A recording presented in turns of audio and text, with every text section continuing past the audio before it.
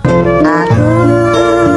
ingin berdua denganmu di antara daun gugur. Om Swastiastu. Perkenalkan, nama saya Igede Rangalga Sastra. Saya berasal dari kelas 11 TKJ. Di sini saya akan mewawancarai narasumber saya yang bernama. Oke, perkenalkan, nama saya Niputu Dinda Elsya Maryanti. Jadi saya berasal dari kelas 11 Akuntansi dan Keuangan Lembaga 3. Oke, di sini saya mau bertanya nih tentang penerapan Pancasila yang sudah dilakukan dalam hidup sehari-hari berkait dengan sila pertama dan sila kedua. Apa saja sih yang sudah dilakukan tuh? Oke, sila pertama dan kedua. Sila pertama itu kan berbunyi ketuhanan yang Maha Esa ya. Yang dimana kita mengetahui bahwa di Indonesia itu telah mengakui 6 agama, yaitu agama Hindu, Islam, Kristen Protestan, Katolik, Buddha, dan Konghucu. Nah, sebagai umat yang beragama, tentunya kita mengedepankan yaitu ketuhanan yang Maha Esa, ya kan? Nah, contoh penerapan ketuhanan yang Maha Esa dalam kehidupan sehari-hari saya itu contohnya di lingkungan sekolah dulu nih. Lingkungan sekolah kan kita tuh ada jadwal piket.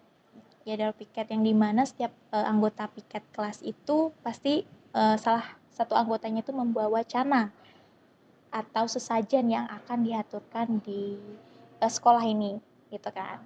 Nah, itu sih penerapan kalau yang di sekolah. Nah, kalau di dan juga ada Trisandia nih, misalnya kan kalau kita sebelum memulai pembelajaran itu pasti yang namanya Trisandia. Dan juga jam 12 kita tuh di Hindu tuh kan menerapkan 3 kali Trisandia kan. Jam 6 pagi, jam 12 siang, sama jam 6 sore. Nah, nanti kita jam 12 siang itu kan Trisandia lagi. Nah, itulah penerapan dari sila pertama, yaitu ketuhanan yang Maha Esa. Seperti itu. Nah, kalau di rumah juga saya sering mengaturkan sesajen juga setiap sore. Setiap hari, tidak hanya di hari-hari tertentu saja, seperti itu. Jadi untuk sila keduanya bagaimana? Kalau sila kedua yaitu kan kemanusiaan yang adil dan beradab, yang dimana sila itu tuh menekankan ke kata-kata adil, ya kan? Adil itu adalah kesamaan, perataan gitu. Jadi tidak ada hal yang simpang gitu. Jadi kayak contoh penerapannya itu misalnya kalau di dalam dunia kelas misalnya, adil itu contohnya seperti saat kita mungkin ingin mengambil keputusan kelas gitu. Jadi kan kita membutuhkan suara dari siswa-siswi kelas tersebut kan. Jadi misalnya ada nih cenderung teman yang agak pendiam, ada juga yang berani untuk menyuarakan pendapatnya. Jadi jangan kita hanya memfokuskan kepada orang-orang yang hanya berani berbicara, tapi kita juga perlu menanyakan pada orang-orang yang mungkin kurang untuk berbicara atau dia tuh agak tertutup orangnya gitu. Jadi untuk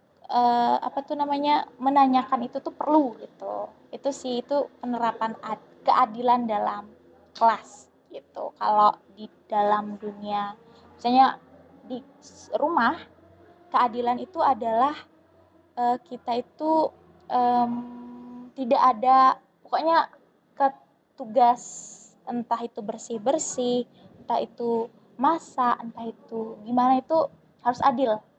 Misalnya saya kan ada 3 anggota keluarga, ada saya, ada ibu sama bapak ya.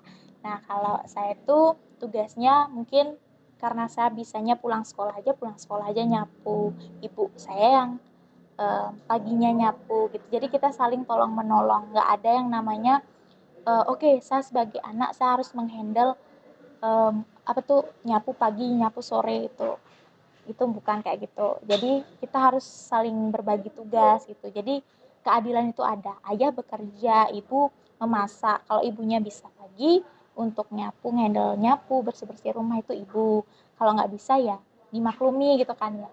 Nanti berarti pulang sekolahnya saya gitu. Seperti itu sih. Udah. Oke, Jadi begitu penerapan yang sudah dilakukan oleh Dina. Jadi